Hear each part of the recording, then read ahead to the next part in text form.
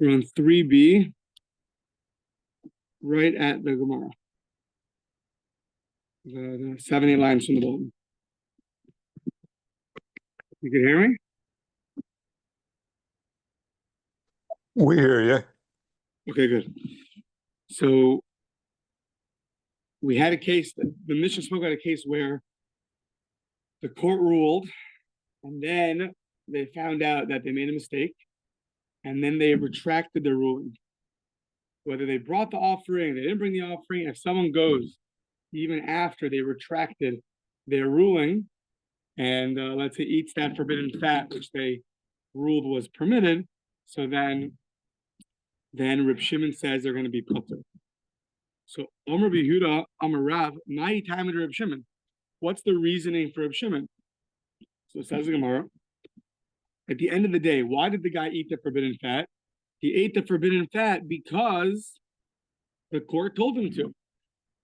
So that's the uniqueness of our first Mishnah so far. In this Mishnah, that if you do something because the court, if you do something because the court says to do it, even though they made a mistake, but that's not called a inadvertent aveira that you're liable to sacrifice. So Reb Shimon teaches us a novelty that even if the court ruled erroneously, retracted their ruling, and you ended up doing it anyways, you're still going to be exempt. Okay, another version, Ikeda Amri, Amarav, Omer Hayar Reb Shimon. Reb Shimon would say, Kol Hayra Shiyatza B'Roiv Tzibur, Yachid Aisos HaPater. Any ruling that was issued to the majority of the congregation, if an individual does that, meaning he goes and he eats that, let's say the forbidden fat, so then he's going to be exempt. Why? That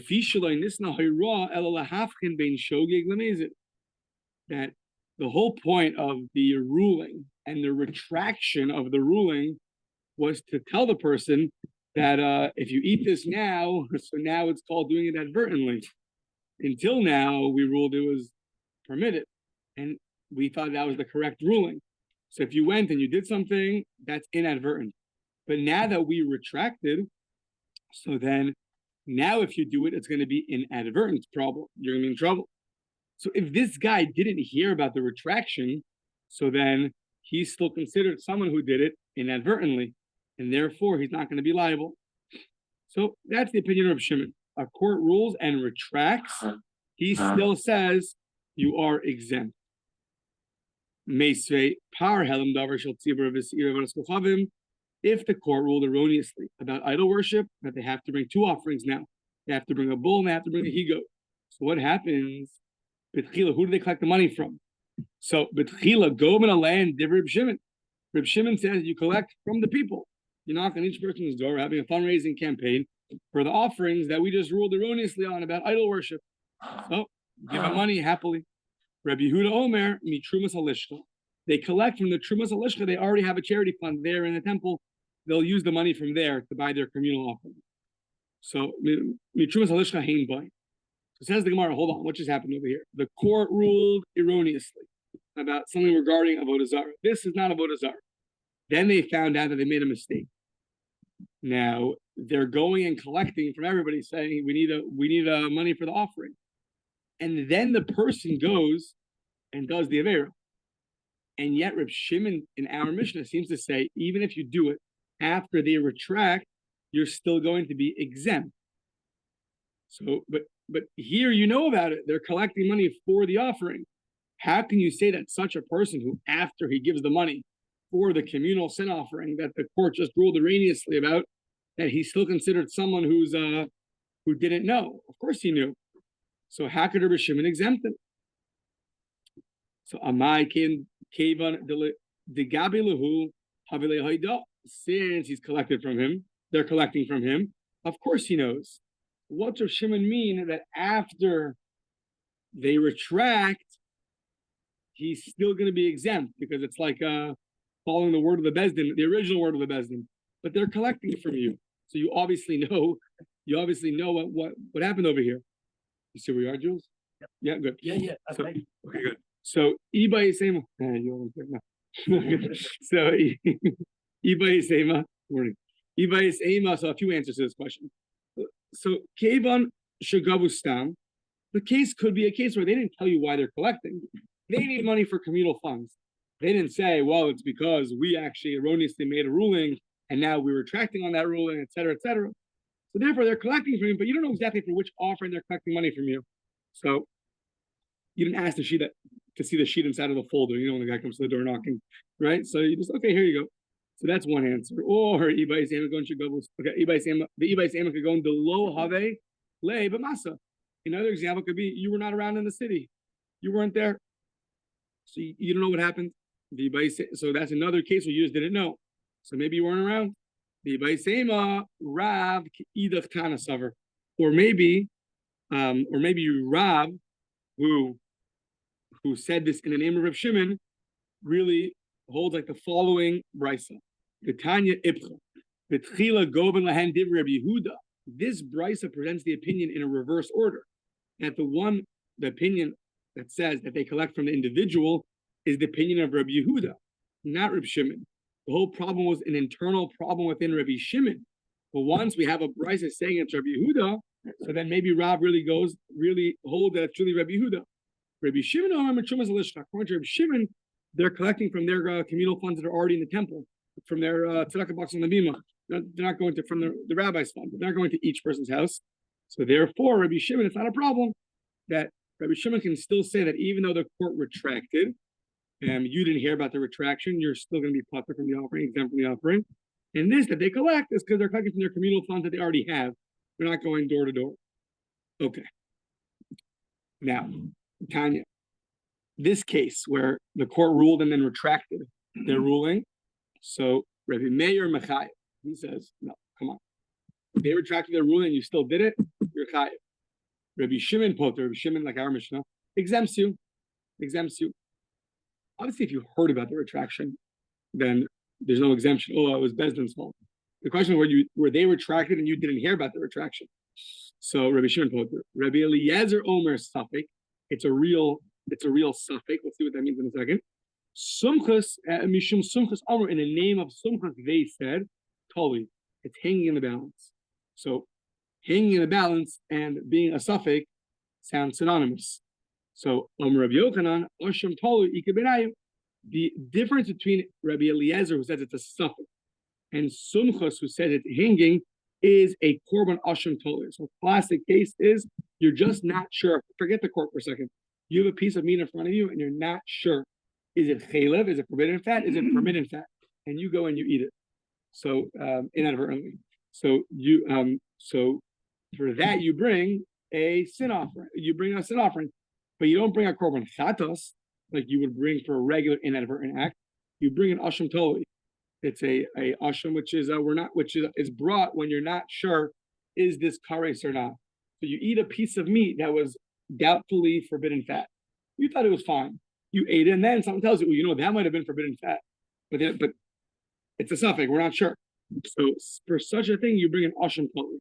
So Rabbi Yochanan, asham means an asham is a guilt offering. That's totally it's hanging. It's hanging because it generally you bring a sin offering for when you for something which if you were to do it advertently, one would get kares. If you do it inadvertently, you bring a korban chatas, a sin offering. What about something which is doubtfully something which is in doubt that if you were that on the one hand it might be iser kares, on the other hand it's not a prohibition of kares. For example, you have a forbidden piece of fat, but it's not for sure forbidden. It's doubtfully forbidden. The person that the shochet is not sure is this a forbidden fat or not. He just doesn't know, and you didn't know that, and you went and you ate it, and afterwards you were told, "Ooh, that might be a problem." You go to the shochet and it tells you this is a doubtful piece of forbidden fat. So you're not off the hook for that. You still have to you still need atonement, but you bring an offering which is called asham tala. It's like a guilt offering hanging in the balance because we're not sure. Do you really deserve atonement or do you not deserve atonement? So in this case where the court retracted, Rabbi Eliezer hold you have to bring an asham tala because that's very similar in his mind that there's an element of doubt here. You did something where at some point the court said it was permitted, at some point the court retracted and it's really prohibited, and you went and you did it. Therefore, you have to bring a asham kollel, this guilt offering, so to speak, hanging in the balance. According to Sumchus, though, it's too far. It's too far removed from an actual chance of being a real Aveira. Meaning, if you have a case of, let's say, forbidden fat, which is doubtful, on one side, it's a real obligation. This piece of forbidden fat in general, if it's a doubtful piece of fat, you're not sure, is it forbidden fat, is it permitted fat? On the side that it's forbidden fat, it's really forbidden, right? Here, Sumchus holds it's too far removed because we're not sure. At one point it was permitted, now it's forbidden. So at some point you went and you did it. So we're not sure. At the end of the day, you did it because the court ruled it was permitted. That's really why you did it. Now you want to say that they said it was forbidden, so maybe you should be liable. That maybe should be liable is too far removed for Sumchus to obligate you in any kind of offering. Yeah. So 4 opinions. Are you liable? Are you exempt? Do you bring a offering that's usually brought in a case of a doubtful Aveira? Or you say, no, it's too far removed because your impetus for doing this was the fact that the court ruled. So then there's an element that wasn't you doing it on your own. A regular piece of meat that you ate totally on your own, that you find that afterwards might have been forbidden fat. Okay, that's an inadvertent Aveira. That you have to bring an offering because maybe you really deserve atonement. But here, the court ruled it was permitted. So the main drive of you doing this is really because the court said it was permitted. So the other side is too weak for something. Okay. Yeah. Amr Yochanan. Okay, fine. Amr Zera. So now, let's give a parable. Mashal Rabbi Eliezer Lema Davardoma. What is Rabbi Eliezer's ruling? Who it does obligate you in bringing an offering? What's it comparable to? Adam she'achal safek chelev safek shumun. Somebody who goes and he eats a piece of meat which is potentially forbidden fat. He's not sure. It's in doubt. Is it forbidden fat? Is it permitted fat? Benodalo. And after he finds out, oh my gosh, I ate something which might have been forbidden. Right? The same case Donna had yesterday, right? You find out afterwards, oh my gosh, the wine they served me might have some element of chametz to it, right? So shemevi asham benodalo, shemevi asham. So now you have to bring this asham, this guilt offering. Now it says on the next page, velomi bayi l'man amar tzibur ma'isi the mefarsim milsa ela afilu l'man amar bezdin mevin the lo mefarsim milsa ihavi shal havi amrlei. So this offering that Rabbi Eliezer says you have to bring. So now there seems to be a debate. There is a debate that when most of the people follow the erroneous ruling of Bezdin, who brings that offering? Do the people bring an offering, or does the court bring an offering? Well, so we're saying that not only according to the opinion that the congregation has to bring an offering, because then it's a much more public matter, right? When the whole congregation has to bring an offering, everyone knows about it. When all the Jews do something, nowadays, even when a lot of small number of Jews do something, everyone knows about it. When most of the congregation, the entire Jewish people, at least the ones in Israel, do something, that's very well known. So there's like no excuse. How did you not hear about the fact that we're all bringing a communal offering? But even according to the opinion that says that the court brings the offering, so therefore it's below Mefarsim Milsa, it's not so well known, it's not public knowledge as much. However, since you're sitting at home, but if you could have asked, if you would have asked, they would have told you that they retracted their ruling. So that's still an element of guilt on your part. So that's why, according to Rabbi Eliezer, you have to bring this offering, no matter who brings the offering. I mean, not yet. That's why it's considered that you're guilty, no matter who brings the offering, the court or the people. At the end of the day, it was too well known that you don't have an excuse. Well, I'm going off the first ruling of the court. Well, you should have found out more about it. So okay, yeah. So fine, that's that. Now, Rabbi Yossi bar Oven, Rabbi Yossi bar Zvida, either Rabbi Yossi son of Oven or Rabbi Yossi son of Zvida. Now, that's all a nice parable for Rabbi Eliezer. What about Sumchus? Mashal de Sumchus Lama Davardoma. This parable's a little harder, but what's it comparable to? a person, usually an offering cannot be brought. Two things in the evening time. Your offering, your chatas, your sin offering, cannot be brought in the evening time. Furthermore, you have to bring an offering after the korban tamid. The daily tamid offering was brought twice, one in the morning and one in the afternoon. Bein ha'arbayim, towards the end of the day. After that, you can't really bring anything. So you went and you brought your sin offering, your chatas, during the bein hashmashos period, during twilight. So, on the Friday it says whenever candlelighting is, so add 18 minutes, and then it's officially the beginning of nighttime. But it's really a period of doubt until Tzeis HaKochavim. Tzeis HaKochavim, then it's for sure nighttime. So if you bring an offering in that twilight period, so what's the problem? Safek mi ba'od yom, well, in the event that the twilight period it was still daytime, then you're atoned for. Safek misha chashecha. So, but I don't know if you read it as a question, but it means to say that when you bring on the chance that it's nighttime, it's not mechaper. It's not mechaper for you. So you're in a doubtful place right now. So what do? On the one hand, you might have been atoned for, or you might have not been atoned for. Now, the interesting rule is that even though it was brought at this time period, the sacrifice itself is still considered a valid sacrifice. It's not like it has a blemish in it. So to me, this is interesting that on the one hand, it's a valid sacrifice. On the other hand, if it's really nighttime now, it wouldn't atone for you. So that's interesting. So if you were disqualified, it'd be much easier. Okay, disqualified, but it's not. It's hanging it out, and yet she'ain maybe asham tali. You still don't bring this this offering that's brought in doubtful situations. You still don't bring it. So.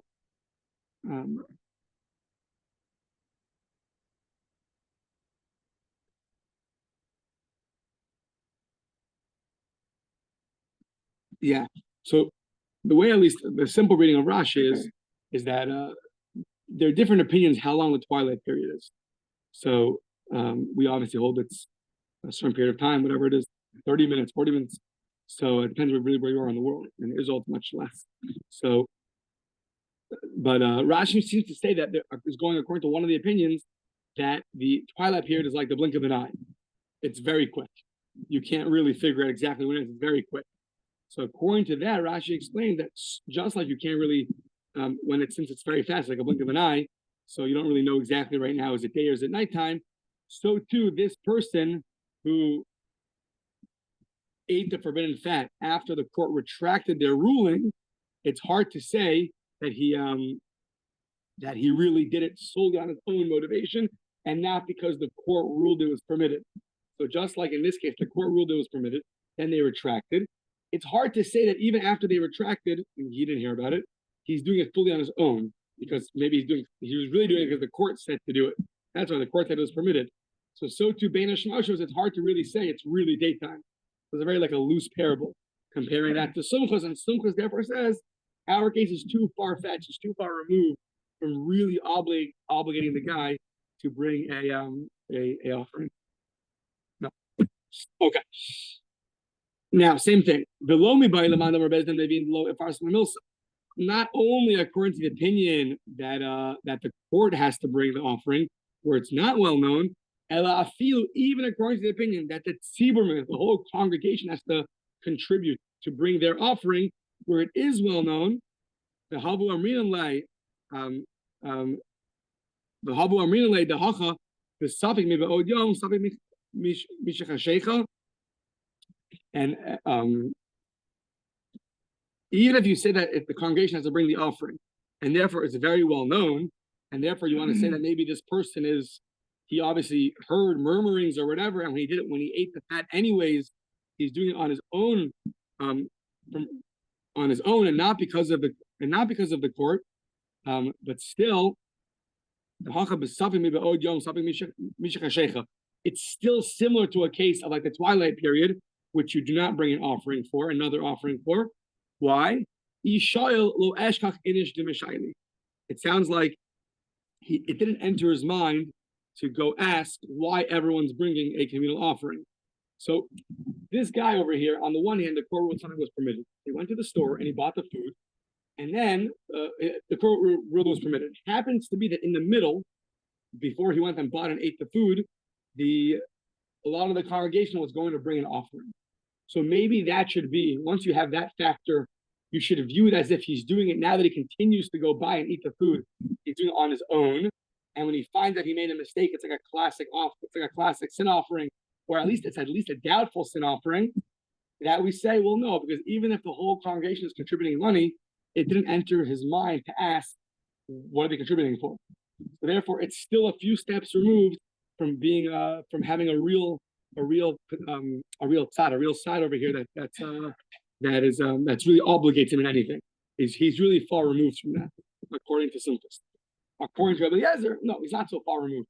Everyone's bringing an offering, or the court's bringing an offering. You hear stuff's happening, then you're obligated to go figure out what's happening. And therefore, if you didn't and you went and bought and ate it anyways, then you have to bring your guilt offering. It's real debt. Okay. Now, Ben Azai in the Mishnah, Rabbi Akiva made a distinction that it depends if the guy is sitting at home or the guy's on a business trip. If he's sitting at home, he should have found out what's happening. If he's on a business trip, then he couldn't find out. And Ben Azai instantly asked him, like, what's the difference between those two cases? And Rabbi Akiva answered him very obviously. If you're sitting at home, you can find out. If you're away on business, you can't find out. So the Gemara says, Sha'apir Kamer le Rabbi Akiva le Ben Azai. Rabbi Akiva answered Ben Azai very well. It's an obvious difference. Sitting at home, you could find out what's happening, if they retracted their ruling or not. You know, these things happen. Like there's many examples, but it just pops into mind. There's one of the more well-known tefillins distributors in New York a few years ago. So all of a sudden, their products went into question with different Rosh Hashivas getting involved. So now, when you hear about that name, right? So it's incumbent upon the person to go figure it out, make sure things have been clarified. The second a kashrus or something gets into question, or certain tuna fish brands, they permit, they prohibit, whatever it is.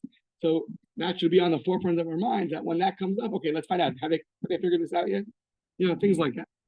Either way, Rabbi Akiva responded very well to Ben Azai. If you're sitting at home, go find out. If you're away on business, can't find out. So what was Ben Azai's question? Amarava, he was saying like this: Higzik b'derech ike beinayim. What if you're on the way on your business trip, but you're still within the city? So according to Ben Azai, you're still going to be obligated because you're still within the city walls. And even though you left on your path for your business trip, but you're still within the confines of the city. And therefore you should have found out. And that's what he was asking. That case, or away on a business trip, what's the difference? Rabbi Akiva was saying if you're sitting at home versus on your trip. So even if you left your house according to Rabbi Akiva and you're still on the 5, and you're still in the Oregon you haven't hit Washington yet or whatever, so you're going to be exempt. Only if you're at home and you haven't departed for your trip that you're going to be obligated to find out. But according to Rabbi Akiva, you're putter. Once you're on your business trip, you're focused on your business trip, and and you're not going to have time to figure these things out. Okay. The next part of the Mishnah. It's harder to fathom this ever happened, but if they ruled that a whole section of the Torah was permitted, so if that's true, that's much closer to inadvertent. That's an inadvertent ruling, so that you're not going to have the merit of bringing a sacrifice to atone for you. That's going to need other atonement. So if you only remove a part of a mitzvah, then that's where our whole section comes in, where if most of the congregation followed you, so then they're liable to bring an offering. Tanu Rabbanan, here comes the Brisa, basically saying the same thing as our Mishnah with a little bit of expansion. The Na'alam Davar, the matter was hidden from you. Below Shi'akir mitzvah kula. There's a certain matter. Right now we understand that the word davar means a part of a matter, a certain matter of a bigger picture was you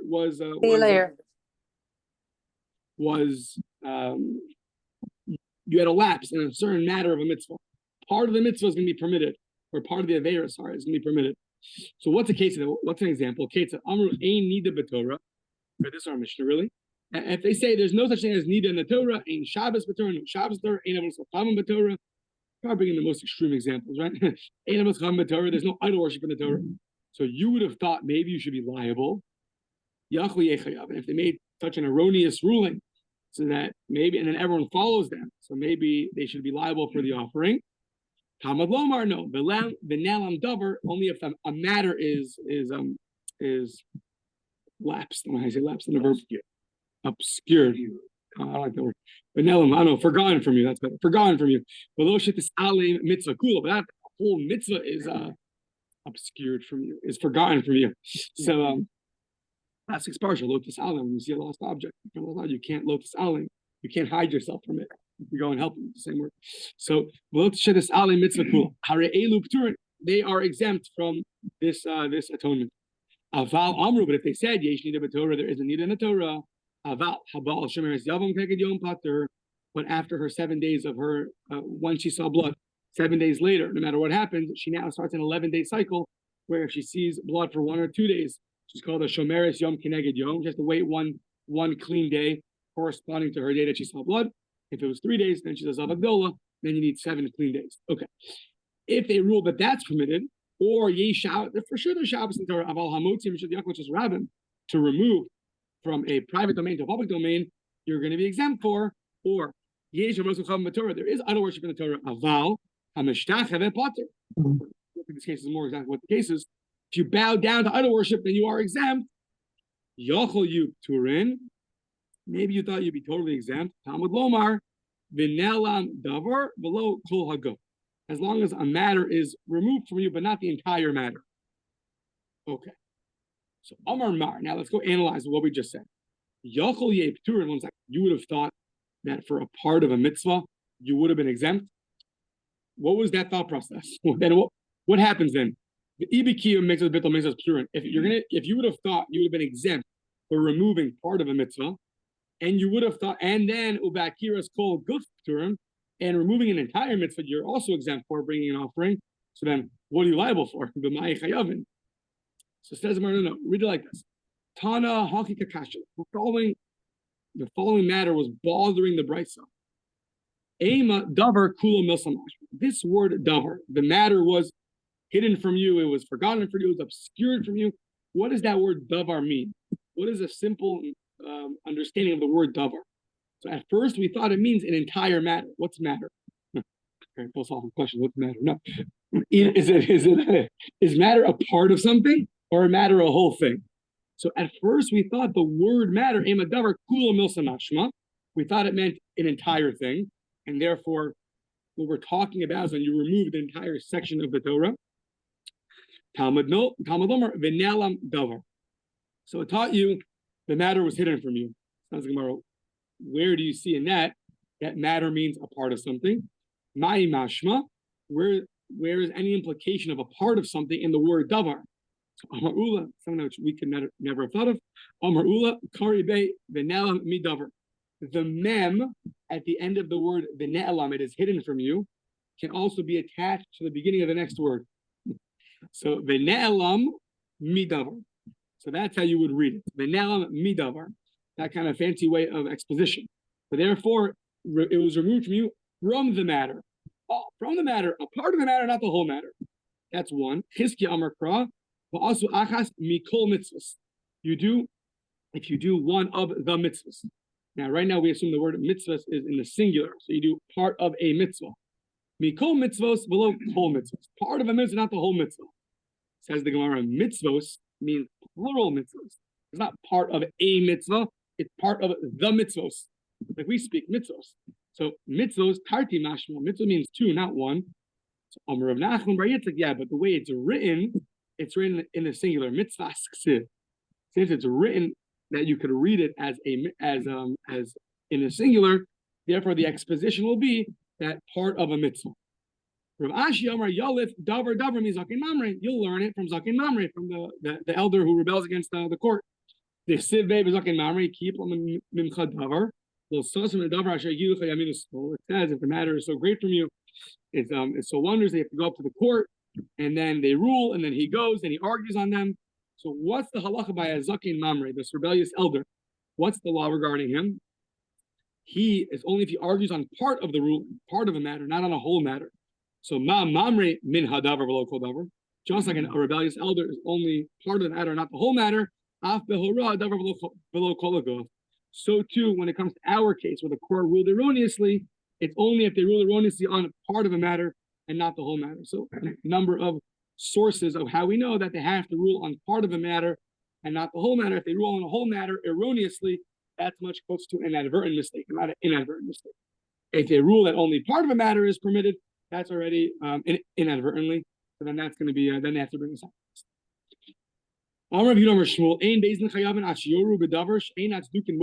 interesting that the Tzedukim were the Sadducees that only agreed to the Torah Shebichsav, to the written Torah, and not the oral Torah. So now we're saying this whole idea that the court rules erroneously has to be something which the Sadducees, the Tzedukim, would not agree to.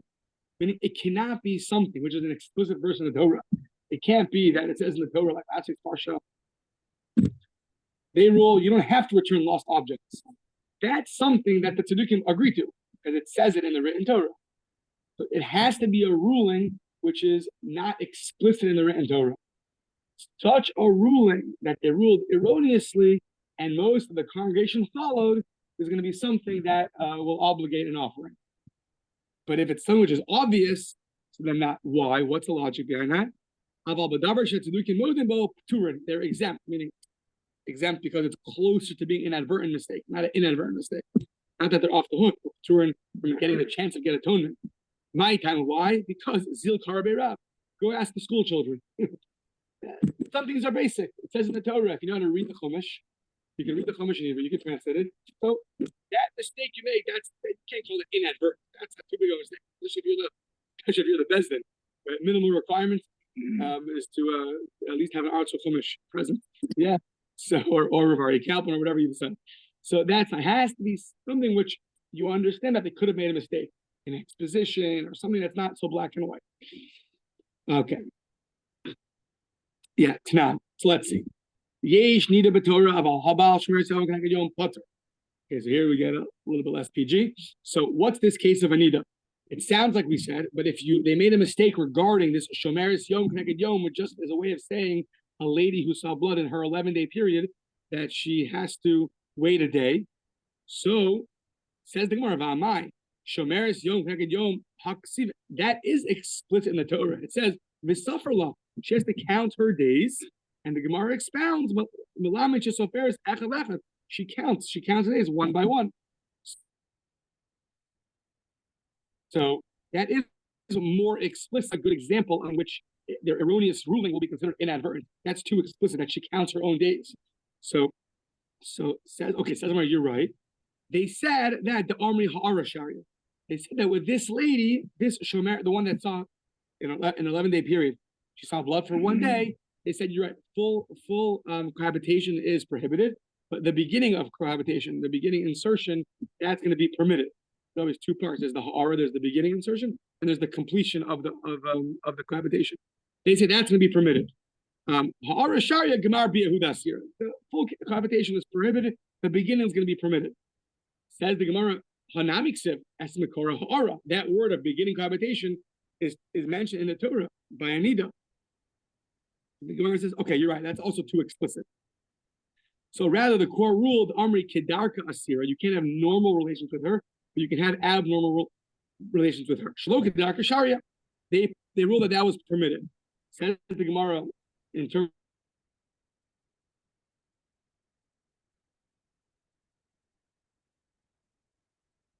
By the prohibition of homosexuality, obviously, we're talking about two men, but it's referring to the lying down of a woman. So it already is explicit in the Torah the fact that you cannot have relations even unnaturally. So the Gemara says you're right. That's also too explicit. The Amri Kedarka Aser Afilu Ha'ara, have normal relations with her is prohibited. Even the beginning of the relation is prohibited. B'shalo Kedarka, abnormal relations. So then full insertion is going to be prohibited. Gemar bi'ahuda aser. Aval ha'ara sharia. However, the beginning of insertion is going to be permitted. Says the Gemara, if that's true, this is our case of nida that they ruled erroneously on. So why did you pick on a shomeris yom keneged yom, this lady who saw blood in her 11-day period? Just say the same thing by a nida. By a nida, say a regular nida, full cohabitation is going to be prohibited. beginning of insertion, end of insertion. If you do it unnaturally, then only the full insertion is going to be prohibited, but the beginning is going to be permitted. So Ella, the Gemara retracts. Okay, start over. Erase. Ella la'olam kidarka. Really, they rule that regular relations are permitted. It says ha'ara, the da'amri ha'ara. When it says those, that beginning of the relation, and it says that word explicitly in the Torah, that's be'isha davahu d'ksiva.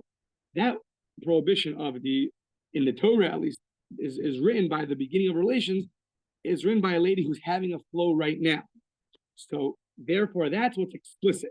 But a lady who's now waiting a day to see if she's not bleeding anymore, for there it doesn't say explicitly you can't at least do the beginning of an insertion with such a lady. And on that they ruled erroneously. So that's one answer. So the Ibais Ema, can't make stuff up, right? So the Ibais Ema, the Amri Zavalo Havia Ela Biyamami. Or this lady who's called a Zava, the Torah only talks about Kol Yemei Zova, only the days of her Zova. Sounds like, at least in the Torah, literally, it's only if she saw blood in the daytime, not in the nighttime. So if they ruled erroneously that if she saw in the nighttime, she's not ruled a Zava, so then that's for sure prohibited, but it's not explicit in the Torah, in the written Torah. That would qualify as a inadvertent ruling that they would be obligated a sacrifice. If they made that ruling erroneously. Tanat, the Mishnah says, Yesh Shabbos b'Torah of Alamotzim L'Shos Pater. What was our example of something which is an erroneous ruling? To carry from public domain to private domain. That's going to be that if they say that you're exempt for that. Says more about my, that's not a good example. It says Hotza on the Torah. It says that you can't carry. Lo totziu masmi b'teichem. You can't take burdens. You can't take things out of your houses. So the Gemara says you're right. The court ruled to take out from your house outside, that's prohibited. Let's say the court ruled to bring into your house is permitted. That's not explicit in the Torah. That's not considered an inadvertent. If they rule that erroneously, that's considered an inadvertent mistake, and that's considered an inadvertent ruling. So that's the example of Shabbos. Or they said, you know what, for sure, to take out from your house into a public domain, for sure prohibited. Moshid v'zorek shari, but like handing something to somebody else from your house into the public domain, and you hand it to him, or you throw it, that's permitted. That's not explicitly in the Torah. That's also an example of an inadvertent rule. Tanan, what about avodas kochavim? What about idol worship? How are we going to figure this one out? Yesh avodas kochavim b'Torah. There is idol worship in the Torah. But if you bow down, you're exempt. If they would rule that, that's considered an inadvertent ruling. So now the amai. Why is that a good example? It says you can't bow down in the Torah. It says it. Yeah, it says you cannot bow down you can't bow down to any other god. That is explicit in the Torah. Every school child should know that one. The Amri Kiasira. Yeah, you're right. But when did it obligate you? When is it prohibited? That's only Hishtachavaya Kedarka. That's only if you bow down regularly, a regular bow. If you bow down irregularly, maybe you lean backwards to the idol instead of forwards, then that's going to be permitted, which is incorrect. But if they would rule that way, that's considered an inadvertent ruling that they're obligated to bring a sacrifice.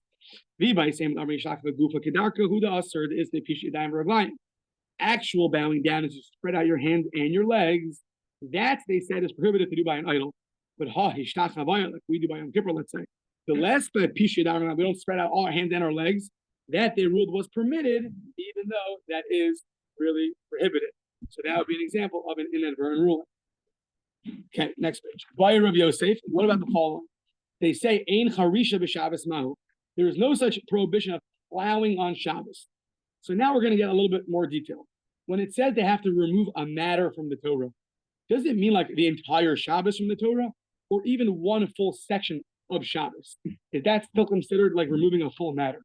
So Ein charisha b'Shabbos. If they say there's no plowing on Shabbos, what are the two sides of the question?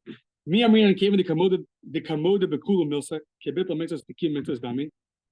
agree to 38 prohibitions. Just one of them they disagree on, or not that they ruled erroneously on.